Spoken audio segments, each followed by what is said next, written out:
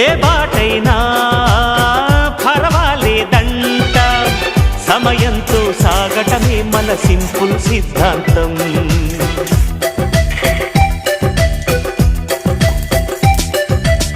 చిరుగాలికి పరిమళమిచ్చే సిరిమల్లెల వనమై ఉందాం, గగనాన్ని నేలను కలిపే హరివిల్లుల బంతెన అవుదాం. ఆనందం అంటే అర్థం మనమందా, ప్రతి పూట పాటై సాగే హుషారు సరిగమలో. ఎన్నో ఎన్నో రాగాలుండే సంగీతం కాదా, చల్లకి నవ్వుల కేరింత. మా అమ్మ చేసింది చుక్కాకు పచ్చడి చాలా బాగుంటుంది. మీరు కూడా ట్రై చేయండి. అలాగే ఎలా వచ్చిందో కామెంట్ చేయండి,